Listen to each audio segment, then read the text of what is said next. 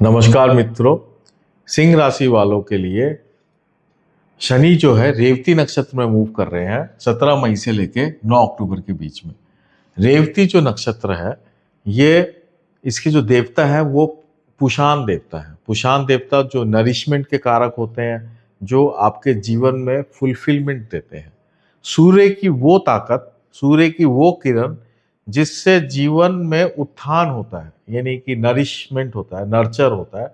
जैसे फोटोसिंथेसिस होती है पेड़ों में, जिसमें पेड़ों के हरापन जिससे क्रिएट होता है, ऑक्सीजन जिससे क्रिएट होता है, या हमारे शरीर में विटामिन डी जिससे मिलता है, ऐसी किरणें जिसके जीवन पनपता हो, उस देवता को पुषाण देवता बोलते हैं।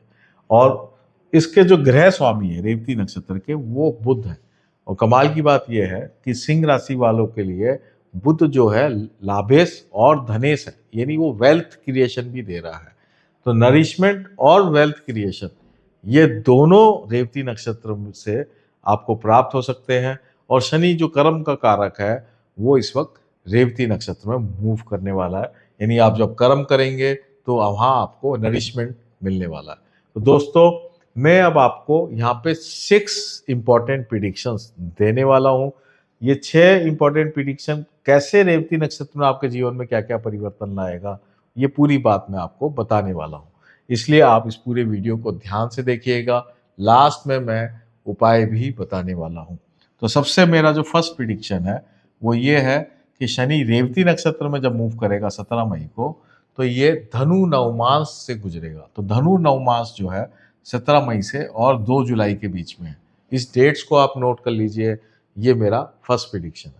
इस समय क्या होगा कि धनु नवमास आपका 5th लॉर्ड और 8th लॉर्ड है, जहां शनि अभी बैठा है मीन राशि में, क्योंकि मीन राशि के अंदर ही रेवती नक्षत्र पड़ता है। तो ये दोनों हाउस एक्टिवेट हो जाएंगे। और बुध आपका जो है 10th हाउस से और 11th हाउस का जो संबंध है बड़ा स्ट्रांग, क्योंकि शुक्र और बुध का एक्सचेंज है, बड़ा स्ट्रांग बना हुआ है। तो यहाँ क्या आपको रिजल्ट मिलेगा कि आपको संतान को लेके बहुत सारे काम होने वाले हैं। जैसे अगर आप संतान को विदेश भेजना चाहते हैं तो वो पूरा संभव है। आप संतान को कोई कॉलेज चेंज करना चाहते हैं तो वो अपने आप कॉलेज चेंज होने का योग है। संतान की तरक्की को लेके बहुत नए नए कदम उठाने वाले हैं। संतान को लेके काफ़ी परिवर्तन आएगा। अगर आपको संतान से दूरी भी बनने का योग है, ऐसा नहीं है कि आप संतान आपके पास रहे, दूरी भी बनने का योग है। संतान से संबंधित शुभ समाचार मिलने का भी योग है। और अगर आपके पहले से संतान किसी रोग वगैरह से, या वो पढ़ाई में अगर पीछे है, तो भी उसके जीवन में कुछ ऐसा आप निर्णय लेंगे जिससे उसके जीवन में तरक्की हो। ये सारी पॉसिबिलिटी इस समय है 17 मई से 2 जुलाई के बीच में, जब आप संतान को लेकर महत्वपूर्ण निर्णय लेंगे, महत्वपूर्ण काम करेंगे। ये समय आपका प्रमोशन होने का भी योग है। अगर आप कोई प्रमोशन आपका रुका हुआ है तो ये पूरा पॉसिबिलिटी है। और चेंज ऑफ प्लेस, दूसरी जगह जाके प्रमोशन हो, वो भी पूरी पॉसिबिलिटी इस समय बनी हुई है, खासकर सरकारी प्रमोशन को लेके। अब मैं आ रहा हूँ मेरी सेकंड प्रिडिक्शन। सेकंड प्रिडिक्शन में आप देखेंगे शनि मकर नवमांश में मूव करेगा 2 जुलाई से 20 अगस्त के बीच में। तो इस समय क्या होगा, मकर आपके 6th हाउस में आ गया, जो शनि का ही घर है। मकर जो है शनि उसका स्वामी है। तो मकर नवमास है, यानी शनि अपने ही नवमास के अंदर मूव करेगा। और ये जो समय है, इस समय आपको अपने परिवार की रिलेशनशिप, खासकर स्पाउस से रिलेटेड जो मैटर्स हैं वो इम्पोर्टेंट होंगे। और स्पाउस के रिलेटेड हेल्थ मैटर्स भी बहुत इम्पोर्टेंट हो जाएंगे। इस बात को आपको ध्यान रखना पड़ेगा। और इस समय आप यात्राएं बहुत करेंगे, बहुत ज़्यादा यात्राओं का योग है। धार्मिक यात्राएं बहुत होंगी, ये भी आपको ध्यान रखना है। और कोई ना कोई उपाय करना पड़ेगा, मतलब कुछ ना कुछ उपाय ऑटोमेटिकली होंगे, करना पड़ेगा, मतलब यहाँ पे ये अपने आप ही होने वाले हैं। मकर नवमास आपके लिए चैलेंजिंग है, इसको आप आसान मत मानिएगा। लेकिन जो नौकरी में है उनके लिए चेंज ऑफ जॉब का योग है।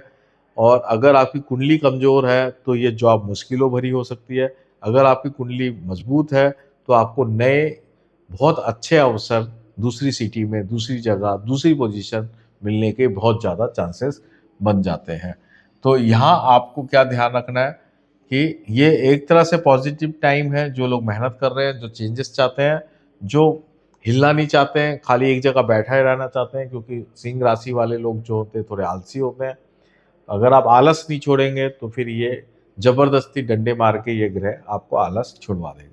अब मैं थर्ड प्रिडिक्शन की तरफ मूव कर रहा हूँ। इसमें एक बात मैं और बताना चाहता हूँ मेरे सेकंड प्रिडिक्शन के अंदर ही, कि 27 जुलाई को शनि वक्री हो जाएंगे, और 27 जुलाई से और 20 अगस्त का एक ऐसा टाइम है जिसमें नौकरी परिवर्तन होना बड़ा स्ट्रांग हो जाएगा, और ये बहुत पॉजिटिव होगा। ये जो नौकरी परिवर्तन होगा ये लगभग लगभग आने वाले टाइम के लिए अच्छा होने वाला है। अब मैं थर्ड प्रिडिक्शन की तरफ आ रहा हूँ। थर्ड जो मेरी प्रिडिक्शन है वो है, शनि वक्री होकर धनु नवमास में मूव करेंगे 20 अगस्त से और 9 अक्टूबर के बीच में। तो 20 अगस्त से और 9 अक्टूबर के बीच में आप देखेंगे कि आपका जीवन में प्रॉपर्टी संबंधित जो बातें हैं वो इम्पोर्टेंट हो जाएंगी, और घर में एंसेस्ट्रल प्रॉपर्टी को लेके जो बातें हैं वो भी बहुत इंपॉर्टेंट हो जाएंगी, या जो डिस्प्यूटेड प्रॉपर्टीज हैं वो भी बातें इंपॉर्टेंट हो जाएंगी। और इस समय आप डिस्प्यूटेड प्रॉपर्टी से बेनिफिट ले सकते हैं, यानी जो चीज़ आपके पक्ष में नहीं है, कोई कानूनी विवाद चल रहा है, तो वहाँ आप जीत सकते हैं, उसका आप बेटरमेंट हो सकता है।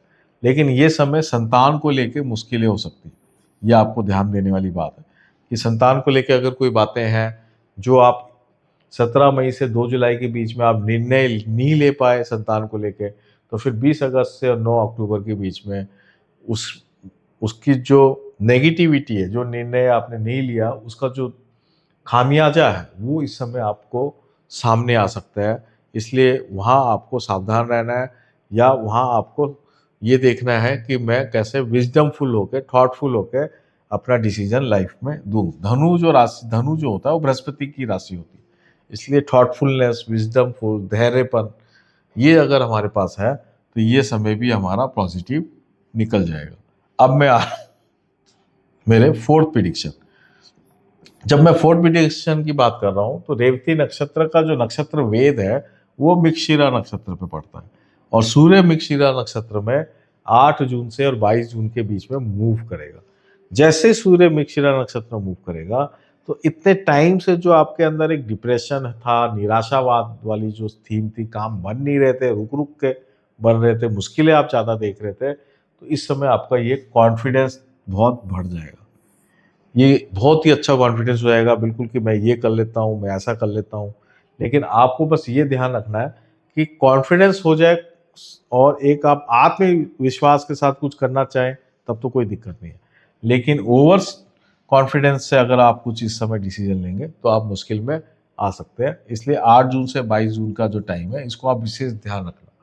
अब मैं आ रहा हूँ फिफ्थ प्रिडिक्शन की तरफ। फिफ्थ प्रिडिक्शन में क्या है, मंगल 24 जुलाई से और 12 अगस्त के बीच में मृगशिरा नक्षत्र में रहेंगे। ये 24 जुलाई से 12 अगस्त, इस समय भाग्य आपको बहुत साथ देगा, लोग आपकी सपोर्ट करेंगे, घर वाले आपको सपोर्ट करेंगे, आपके ब्रदर सिस्टर्स भी आपको सपोर्ट करेंगे। तो ये समय मैंने बोला भी था कि ये प्रॉपर्टी मैटर्स को लेके भी बातें होंगी, तो हो सकता है वो सुलझ जाए, कोई चीज़ उलझी हुई है वो सुलझ जाए।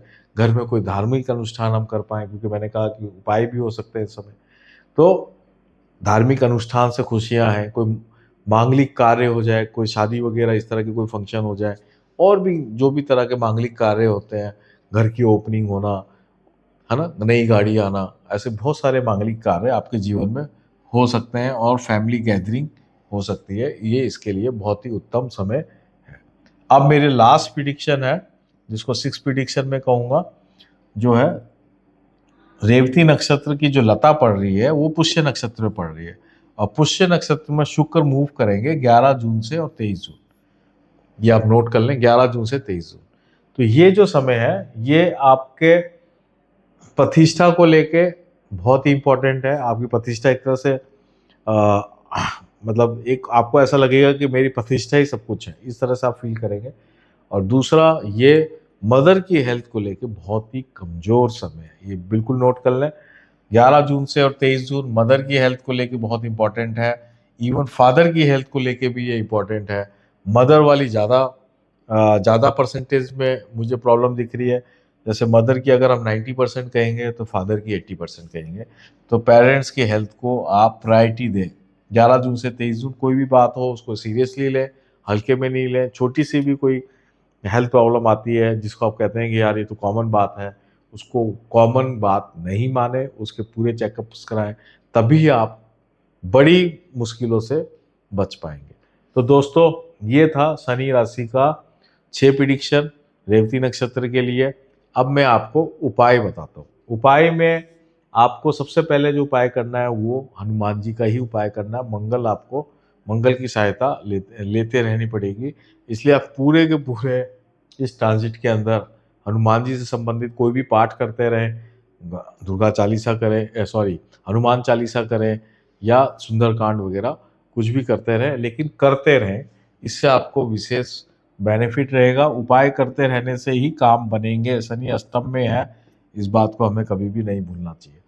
और दूसरा उपाय जो मैं आपसे कहना चाहता हूँ वो है गरीबों की सेवा। अष्टम शनि होने से तेल का दान करना, या जो बहुत गरीब है उन लोगों को नमकीन आइटम देना, है ना, जैसे कचौरी समोसे वगैरह ये जो होते हैं, जो भी नमकीन आइटमें होती हैं, ये बांटना आपके लिए बहुत ही शुभ रहने वाला है। इस बात का आप ध्यान रखें, ये आप कर सकते हैं। इस समय अल्कोहल का सेवन बिल्कुल कम कर देना चाहिए, और मांस मदिरा जो है उसका सेवन बिल्कुल लिमिटेड कर देना चाहिए। वो मुश्किलें ला ला सकता है। ये मैं आपको सारे उपाय भी बता चुका हूँ। उम्मीद है कि जो ये पूरा वीडियो है ये आपके जीवन में परिवर्तन जो आप आने वाला है उसमें लाभदायक रहेगा। आप मेरे इंस्ट्रक्शंस को समझ के अपने जीवन में ढंग से आप लागू कर पाएंगे।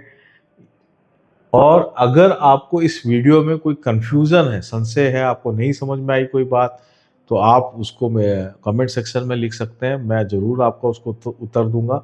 आपका आने वाला समय शानदार जाए, और ये जो परिवर्तन जीवन में आ रहा है ये आपके पॉजिटिवनेस की तरफ बढ़े, आप उत्थान की तरफ बढ़े, ऐसे ही मैं ईश्वर से प्रार्थना करता हूँ। आपको बहुत बहुत शुभकामनाएं प्रेषित करता हूँ, और मैं आप सबका बहुत बहुत धन्यवाद और नमस्कार।